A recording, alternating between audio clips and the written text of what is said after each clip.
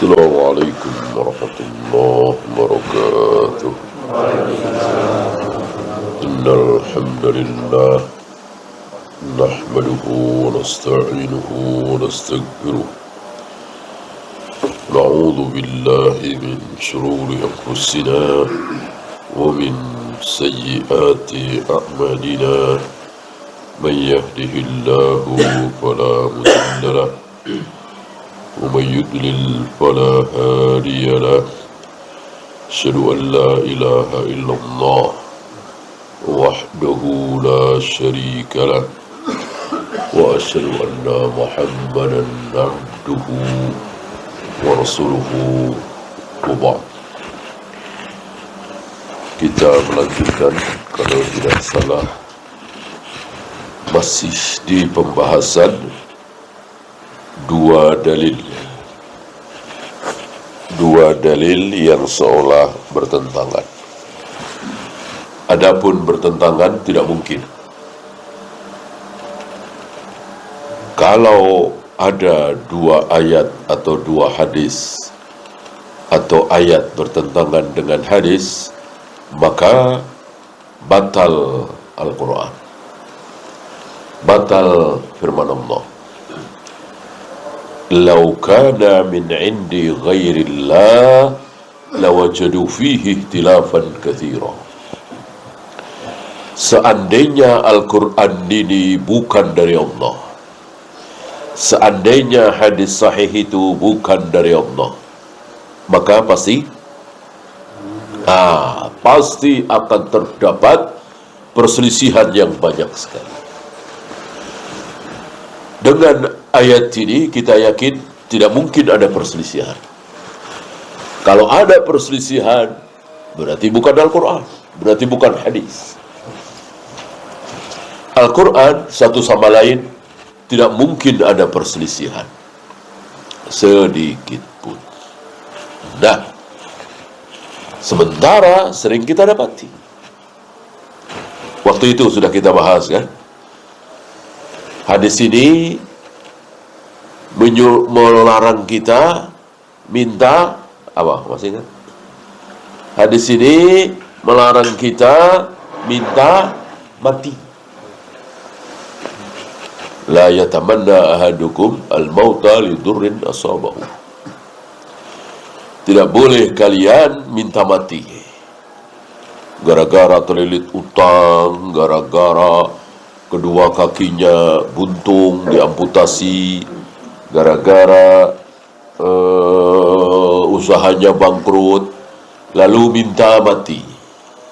Bolehkah? Haram. Haram. Sementara di hadis lain dikatakan man ahabba liqa'allahi ahabballahu liqa'ahu. Barang siapa yang ingin cepat-cepat bertemu dengan Allah, bertemu dengan Allah berarti mati. Nggak mungkin bertemu dengan Allah tidak mati. Nggak mungkin ada orang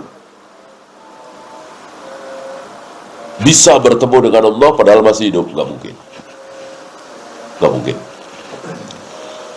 Bertemu malaikat masih mungkin, bertemu jin masih mungkin, walaupun dalam bentuk tidak asli. Bertemu Allah tidak mungkin.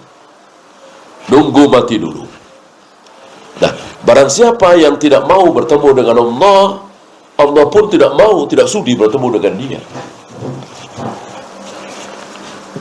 Berarti kan bertentangan. Hadis tadi melarang kita pengen cepat-cepat bertemu dengan Allah, hadis ini nyuruh kita cepat-cepat bertemu dengan Allah, cepat-cepat mati. Hadis tadi melarang kita minta mati. Bertentangan itu. Jawabnya apa kemarin? Masalah apa? Betul seperti itu. Memang betul. Tapi masalahnya di apa? Waktu gitu. kapan kita diharamkan minta mati? Waktu sekarang ini. Sehat, segar, tidak kurang satu apa, ya. Ya sekarang inilah kita, walaupun sakit juga. Kapan kita disuruh pengen cepat-cepat bertemu dengan Allah? Apa? Indal ghargara, saat sakaratul maut. Ketika kita sakaratul maut, kita disuruh, bukan disuruh ya, otomatis pasti. Kalau kita beriman, beramal soleh, pasti. Nggak mungkin nggak.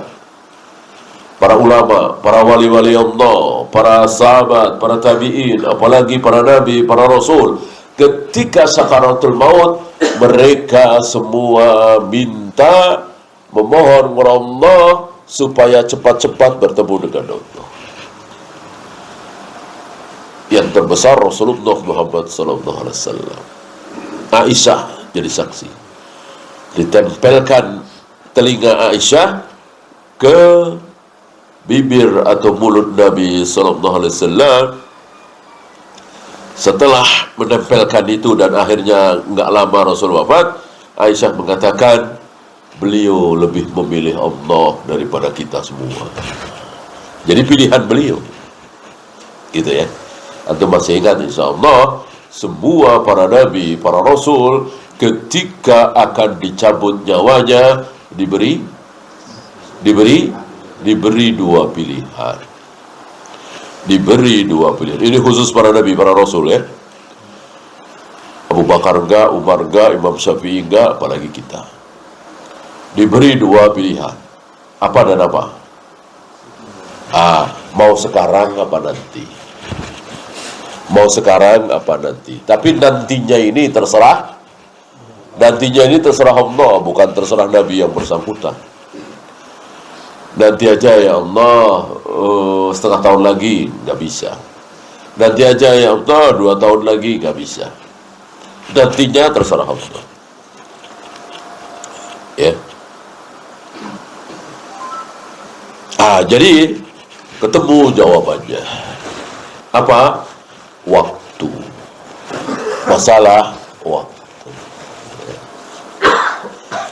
Adapun kita belum sakaratul maut seperti sekarang ini, haram minta mati. Kecuali keadaan sangat darurat. Kalau saya masih hidup, besar kemungkinan saya ikut-ikutan mereka menyembah berhala, misalnya. Kalau saya masih hidup, besar kemungkinan saya berbuat maksiat, berbuat bid'ah seperti ini, lingkungannya seperti ini. Di kiri kanannya yang pemabuk, yang pezina, yang pelacur, yang ahli syirik, yang ahli bid'ah, dia tidak bisa meninggalkan tempat tersebut misalnya, karena lemah, karena cacat dan seterusnya. Nah, ketika dalam keadaan seperti itu tidak ada pilihan, maka boleh dengan memohon Allahumma ahyini makadatil hayatu khairan li. Ya Allah, seandainya dengan hidup itu lebih baik bagiku, hidupkanlah aku. Tapi seandainya dengan mati kok lebih baik bagiku, maka matikanlah aku. Nah, itu maksimal. Nggak boleh kita berdoa, ya Allah, aku yakin aku lebih baik mati, matikanlah aku saja ya Allah. Nggak boleh. Nggak boleh. Harus dengan kalimat tadi, minta hidup dulu. Seandainya hidup itu lebih baik bagiku, tapi seandainya aku lebih baik mati, ya matikanlah saja aku. Karena Allah Maha Tahu. Kita cuma melihat luarnya, kulitnya, zahirnya yang nampak saja. Seminggu setelah ini, sebulan setelah ini, gak ada yang tahu kecuali Allah. Ya.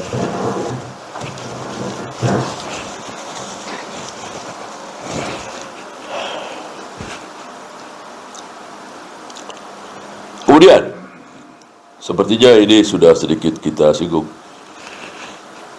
La tatamannau liqa'al adu.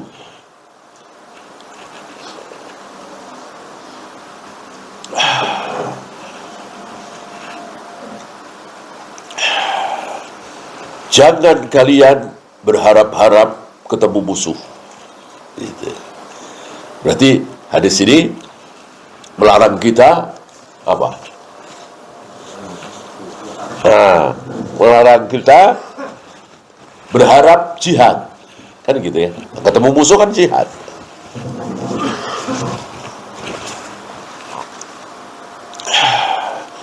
Sementara di hadis lain, man lam yagzu walam yataqanna nafsuhu bil ghazwi. Barang siapa yang belum pernah berperang. Kalau jihad masih bisa, jihad melawan hawa nafsu, ya kan? Jihadul ilmi, jihad dalam menyebarkan ilmu. Ini jelas perang. Goza yagzu, gozwatan itu perang, kital, bunuh-bunuhan.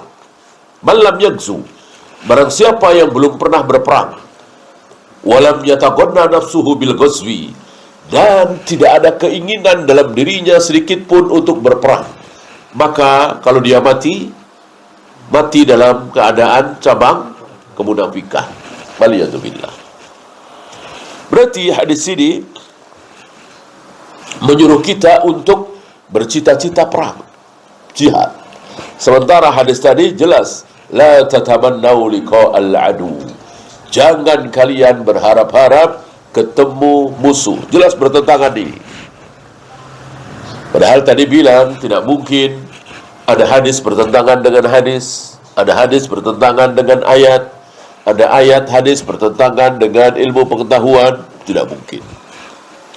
Karena semuanya datang dari Allah, tidak mungkin yang datang dari Allah kok bertentangan. Yang satu melarang kita bertemu musuh, melarang kita berperang. Yang satu justru kalau tidak ada cita-cita berperang, matinya munafik. Jawabannya sama dengan tadi. Masalah awak. Ya. Kapan kita disuruh bercita-cita perang? Sekarang ini. Musuh jauh atau belum ada musuh, ya, belum ada panggilan jihad. Sekarang ini, kapan ada perang? Kapan ada jihad? Ya, setidaknya dalam diri kita. Walaupun kita tidak katakan kepada siapapun, termasuk kepada anak istri kita, kita nggak sampaikan. Tapi dalam diri kita, alangkah nikmatnya kalau kita berjihad. Bayangkan, kita pernah berzina diampuni, kita pernah minum khamar diampuni, kita pernah setengah tahun nggak sholat diampuni, kita pernah apapun diampuni. Sementara kalau kita bertobat memohon ampun kepada Allah, ya bisa diampuni, bisa tidak, kan begitu. Namanya juga memohon, kan, berdoa, kan. Namanya berdoa kan bisa dikabulkan, bisa tidak. Kalau pasti dikabulkan, ya bukan berdoa namanya.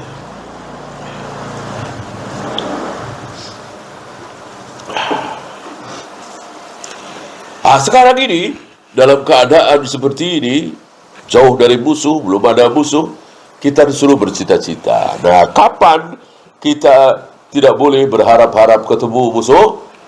Justru ketika detik-detik sebentar lagi mau berperang. Antum jangan bilang kok kebalik ini. Selama ini kita disuruh cita-cita berperang, begitu musuh di depan mata kita, tinggal menunggu genderang perang, tinggal menunggu komandan pasukan teriak serang, suruh berharap jangan ketemu musuh. Apa nggak kebalik? Ya, ternyata nggak kebalik, memang betul. Ya. Kenapa detik-detik menjelang perang kita justru jangan berharap ketemu musuh? Masih ingat?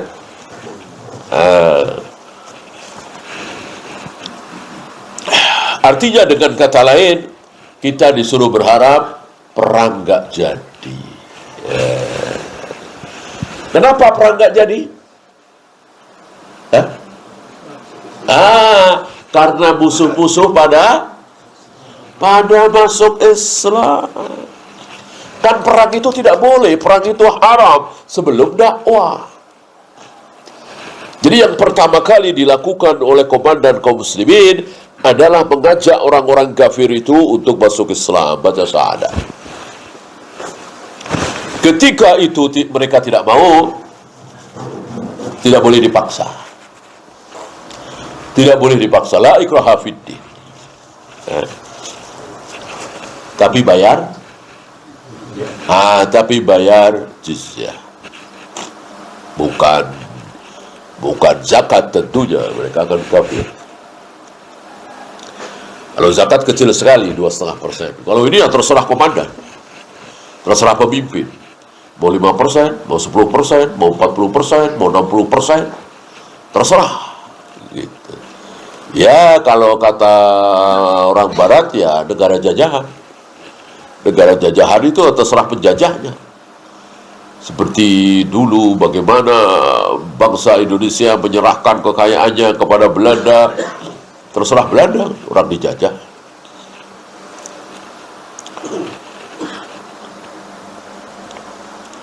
Maka dahulu banyak orang yang pura-pura masuk Islam, terpaksa. Kenapa?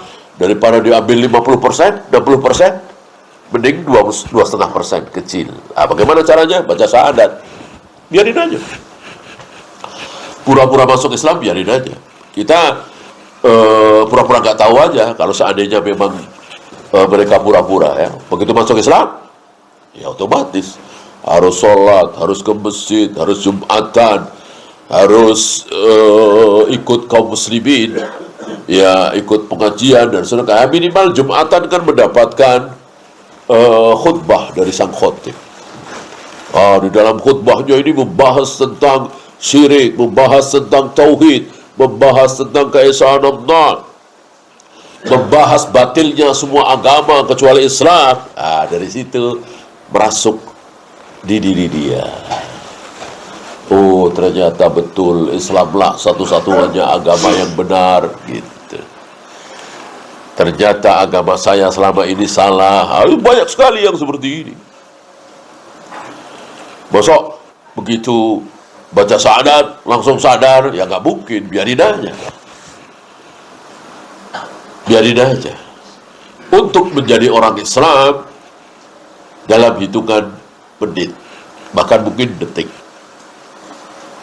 Yang butuh waktu untuk jadi orang iman. Nah, karena itu ketika orang-orang Badui mengatakan qalu aslamna ya Rasul, qalu amanna ya Rasulullah, kami telah beriman. Kami telah beriman. Kata Nabi, walakin qulu aslamna. Enggak. Jangan ucapkan kami telah beriman, cukup ucapkan kami telah masuk Islam. Masuk Islam mudah. Ya prosesnya hitungan menit lah, hitungan detik lah. Asyhadu an la ilaha illallah, asyhadu anna Muhammadar Rasulullah. Dan dia tahu maksudnya. Perkata hatinya bohong, dia masih meyakini bahwa Tuhan adalah Yesus, urusan dia. Urusan dia. Yang penting dia sudah baca syahadat, sudah menjadi orang Islam, maka hak dan kewajibannya sama persis dengan kaum muslimin.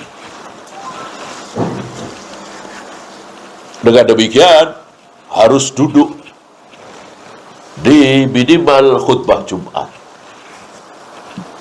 Dari situ dia sadar. Ya. Jangan sampai kita bercita-cita nunggu jihad, dan cita-cita itu adalah cita mulia. Kemudian saat musuh sudah di depan mata kita, tapi gak jadi perang, kita kecewa. Ya, kenapa pada masuk Islam gak jadi perang dong? Mana udah latihan, mana udah bela diri, mana udah senjata ini saya persiapkan bertahun-tahun, malah pada masuk Islam. Jadi perang, gak boleh begitu. Justru mereka pada masuk Islam, wajib kita senang. Kalau dia nggak senang, berarti seolah tujuan utama memang perang, bukan dakwah. Keliru, tujuan utama adalah dakwah. Bahkan perang tujuan keberapa? Terakhir. Cara kedua kan bukan perang. Apa tadi, bayar? Jizyah. Acara terakhir, pilihan terakhir, baru perang. Setelah dakwah, kemudian bayar jizyah, terakhir baru perang.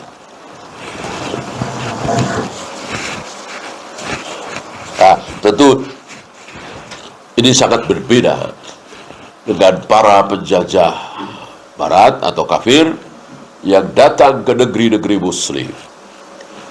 Saya kira antum tahu tujuan utama mereka adalah, ya kalau istilah kita, jizyah tadi. Ya, seperti VOC Belanda datang ke Indonesia, tujuan utama kan apa? Kekayaan bangsa Indonesia, rempah-rempah itu kan. Bahwa mereka sambil mendakwahkan Nasoro, itu sedikit sekali. Dan secara kenyataan kan sedikit kan. Kaum muslimin Indonesia yang masuk Kristen ada, ya, tapi berapa persen? Beda dengan orang-orang Spanyol, orang-orang Mesir, orang-orang Yaman, orang-orang Syam. Setelah didatangi pasukan kaum muslimin yang masuk Islam, hampir mayoritas, hampir 100%. Gitu. Karena memang tujuan utamanya itu menyelamatkan mereka dari apa coba? Dari kekekalan di neraka, ya kan? Coba kalau pasukan kaum muslimin tidak datang ke Spanyol, Andalus, tidak datang ke Mesir, tidak datang ke Syam, di mana mereka? Kekal di neraka selama-lamanya kan? Gak masuk Islam kan kekal di neraka selama-lamanya. La yadkhulul jannata illa muslimun, illa mu'minun. Tidak mungkin masuk surga kecuali muslim, mukmin. Buddha, Hindu, Konghucu, Yahudi, Nasrani gak mungkin masuk surga. Nah, dengan datangnya pasukan kaum muslimin, terima kasih mereka. Awalnya mungkin mereka gak suka. Ya, negeri sendiri didatangi oleh orang asing, kan gak suka. Tapi setelah mereka masuk Islam, mereka senang sekali. Apalagi nanti setelah masuk surga, alhamdulillah. Coba kalau kita tidak dijajah oleh kaum muslimin, kita kekal di neraka. Sebagaimana mereka lihat saudaranya, kenalannya, kakeknya, neneknya pada masuk neraka karena tidak masuk Islam. Gitu ya. Maka dikatakan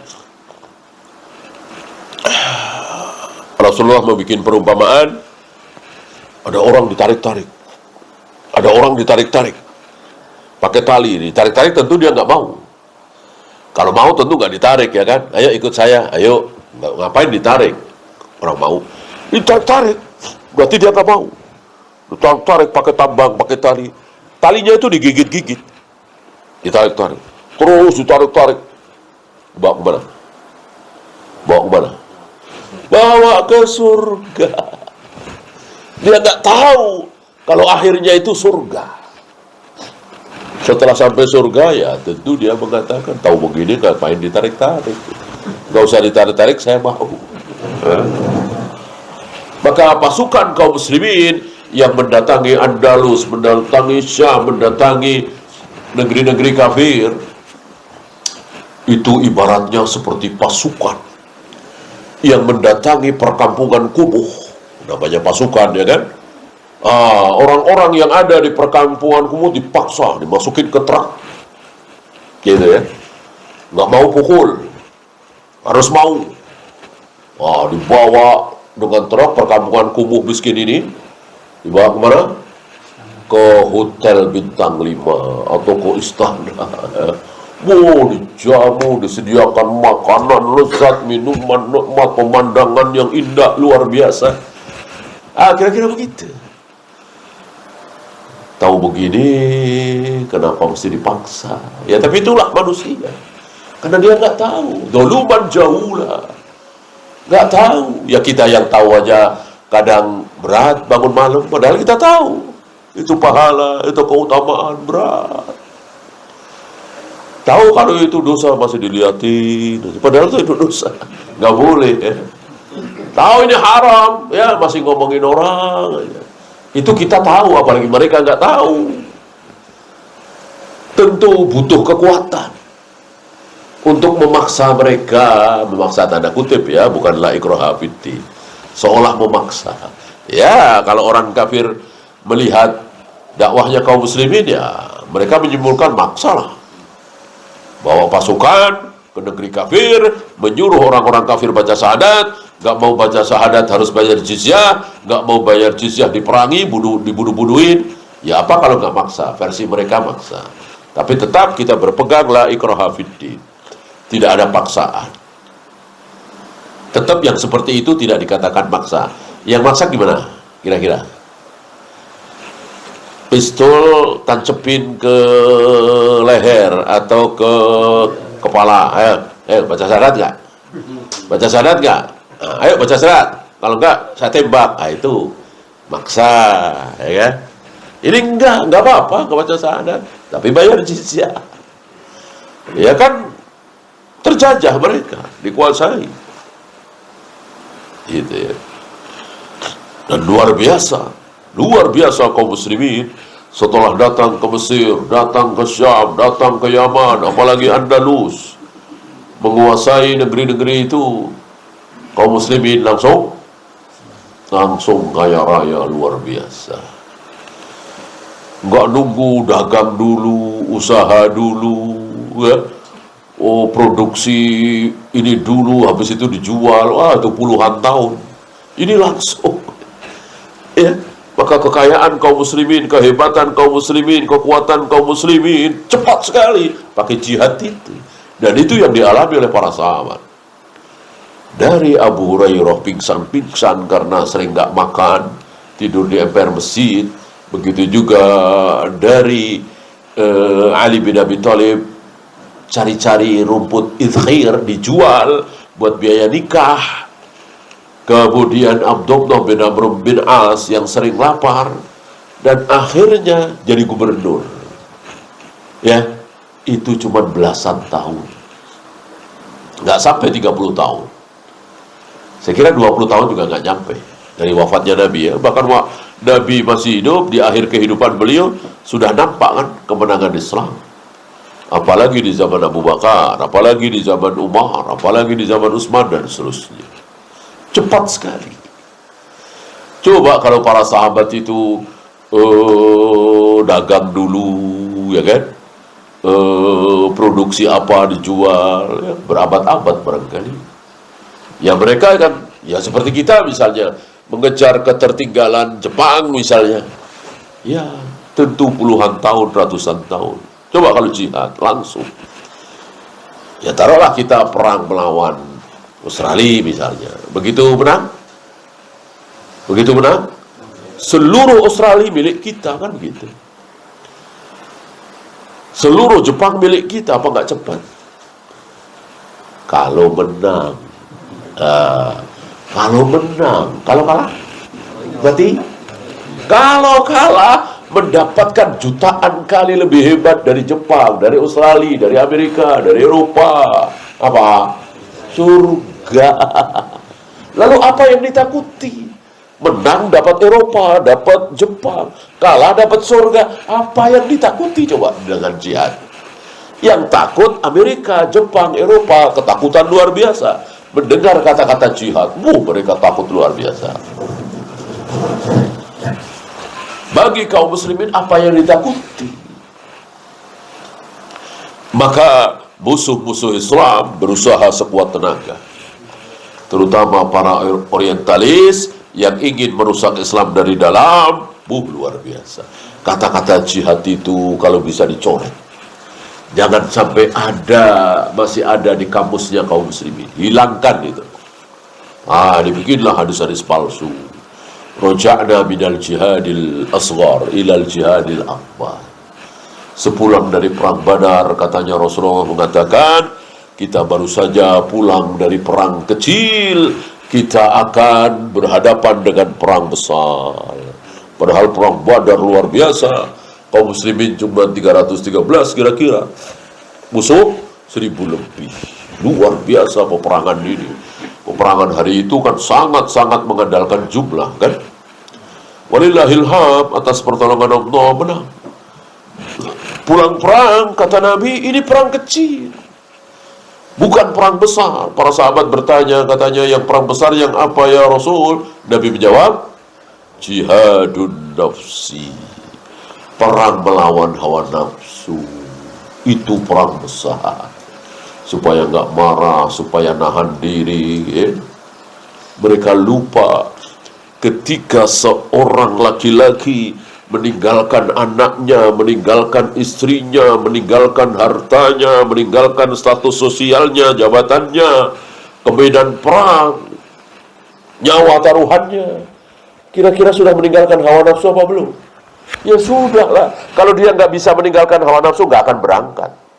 Enak-enak bersama anak istrinya, menikmati kekayaannya, tetap dengan status sosialnya. Justru itu dia tinggalkan, lalu berjihad. Dia sudah meninggalkan hawa nafsu. Maka jihad terbesar, jihad kita, atau jihad ilmu. Jihad melawan hawa nafsu bukan jihad terbesar. Jihad ya jelas lah ya, jihad itu kan penuh dengan kesungguhan, kan? Selama ini hampir tiap malam mengkonsumsi narkoba, kan enak tuh, mabuk. Tiba-tiba sekarang berhenti, taubat, nggak mau lagi. Kira-kira nagih apa tidak? Pasti nagih lah. Kenikmatan itu nagih. Nggak usah narkoba, nonton, apalagi bahkan ngopi, ngerokok, rata-rata nagih. Kenikmatan, apalagi ada setan.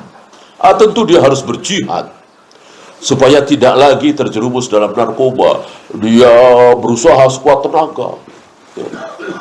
Insya Allah ingatannya akan ke situ lagi. Orang tiap hari selama bertahun-tahun, tiba-tiba ini stop.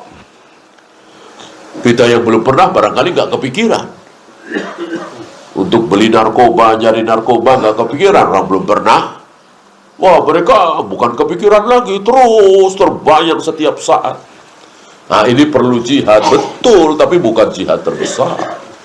Jihad terbesar tetap menaruhkan nyawa, li'i'la'i kalimatillah walibtighai mardatillah, dalam rangka meninggikan kalimah Allah, dalam rangka mencari ridha Allah. Itu jihad terbesar, ya. Dan insya Allah antum masih ingat ya, 4 hal yang menyebabkan kaum muslimin terpuruk. 4 ini bukan batasan ya, tapi apa ya, ya dari 4 ini bisa jadi puluhan, bisa jadi ratusan. 4-nya itu pokok-pokoknya. 4 hal itu membuat kaum muslimin terpuruk, membuat kaum muslimin lemah, membuat kaum muslimin terjajah. Salah satunya, wa taraktumul jihad, kalian sudah tidak jihad lagi. Ya seperti mungkin 100 tahun terakhir ini, ya bukan 100 ya, saya kira 300-400 tahun terakhir ini. Walaupun perang kemerdekaan, perang ini itu terpaksa, ya kan? Terpaksa. Kenapa bangsa Indonesia perang melawan Jepang, perang melawan Belanda? Terpaksa. Orang Belanda datang ke sini, Jepang datang ke sini, kan terpaksa.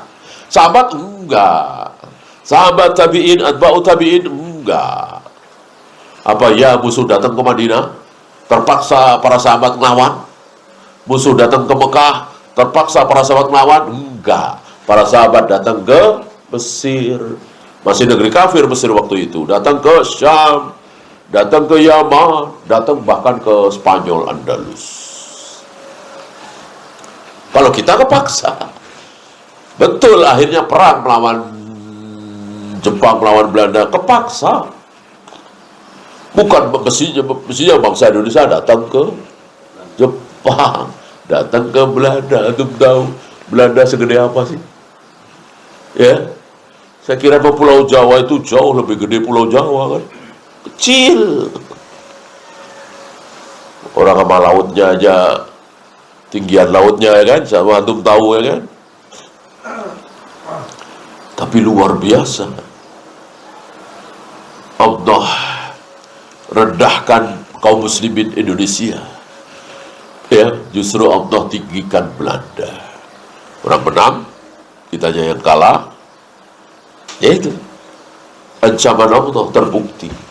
Wa taraktumul jihad. Ya. Selain jual beli dengan cara inah, intinya ribalah, atau jual beli dengan cara haram. Ada riba, ada maisir, ada khid'ah, tidak adanya khiyar majlis, ada 5 hal kan yang tidak boleh ada dalam jual beli. Nah itu ada di jual beli kaum muslimin. Ada ribanya, ada maisirnya, ada gorornya,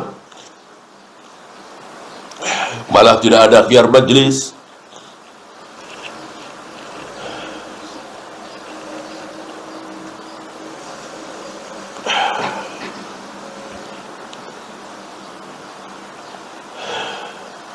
Satu lagi, 2 dalil yang seolah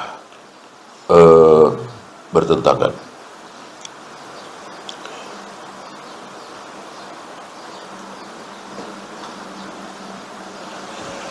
Antum ingat Zubair bin Awam? Kacau ya. Itu disebut oleh Nabi apa?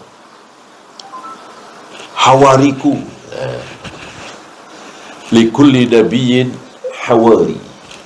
Hawariyun. Hawariyun tahu ya? Sering dinisbatkan kepada pengikutnya Nabi Isa. Betul ya, Hawariyun.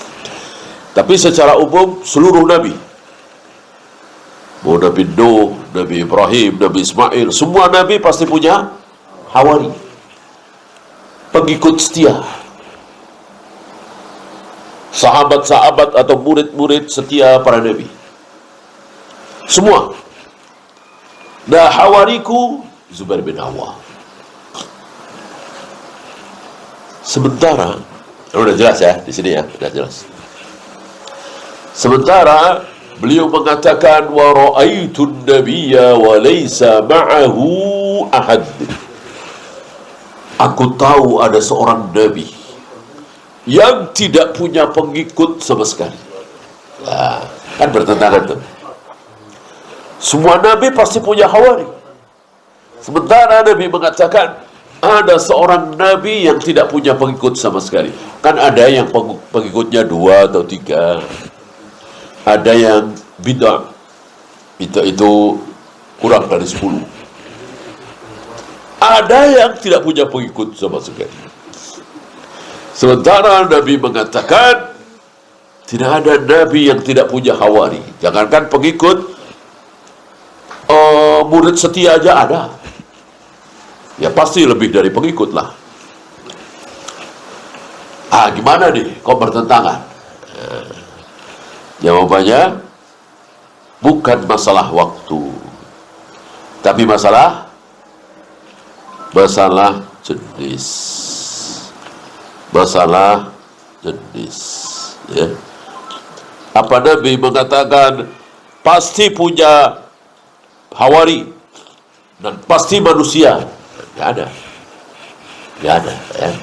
Maka para imam memahami hawari ini bisa dari makhluk lain.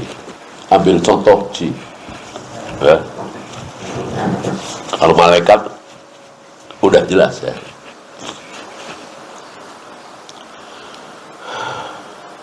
Mungkinkah manusia nggak ada yang beriman kepada seorang nabi, yang beriman malah jin? Ya mungkin. Mungkin, kecuali ada dalil. Oh, nggak mungkin. Walaupun manusia jauh lebih mulia daripada jin, bukan berarti bahwa sepanjang zaman, setiap saat, kalau manusia nggak ada yang beriman, jin lebih-lebih nggak ada, nggak ada kaidah seperti itu. Maka bisa saja pengikut Nabi tersebut seluruhnya jin, nggak ada manusia. Ya. Karena jin ada nabinya apa tidak? Tidak ada.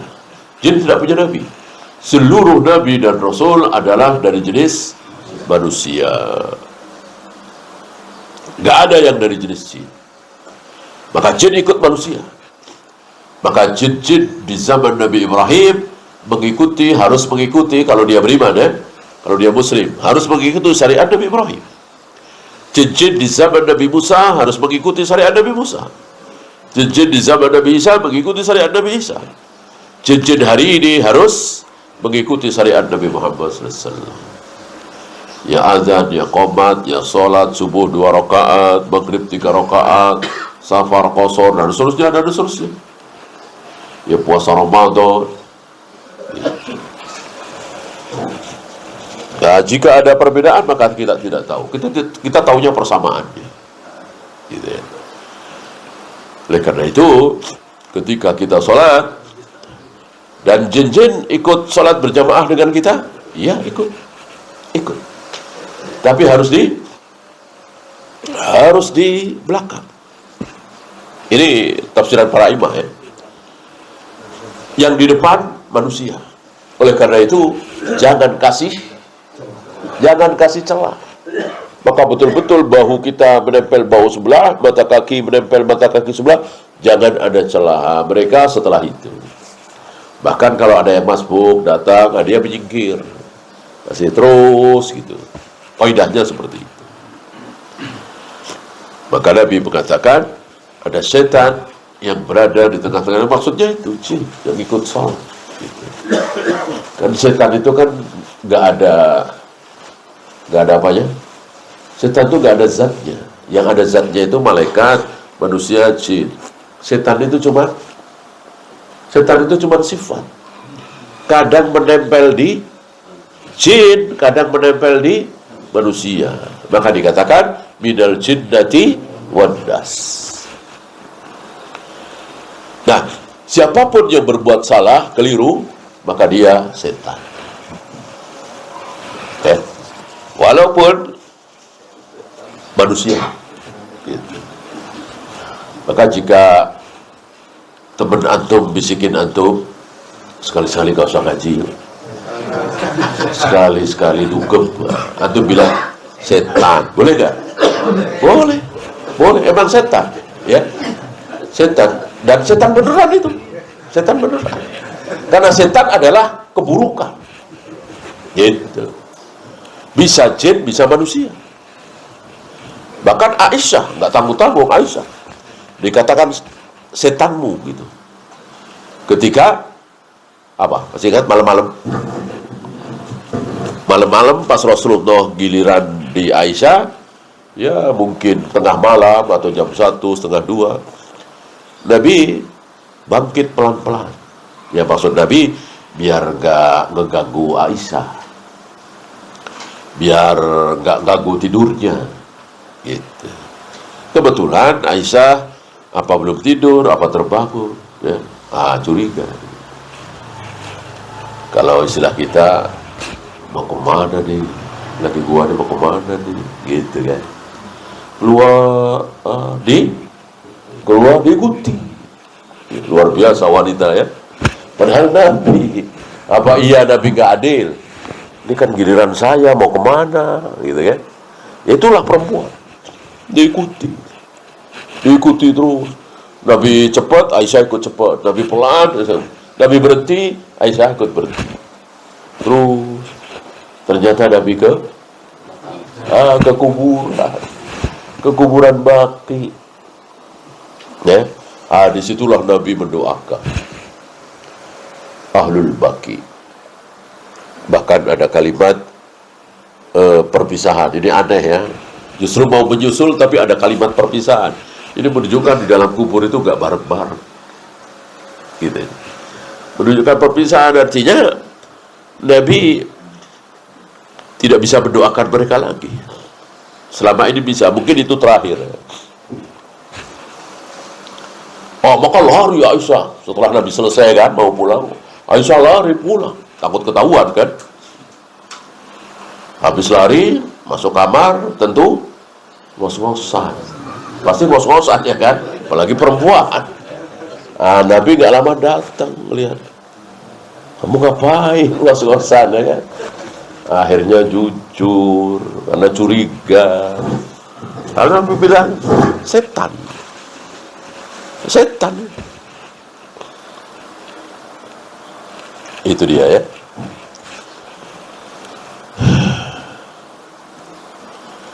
Ya, itu saja. Ada pertanyaan, silakan.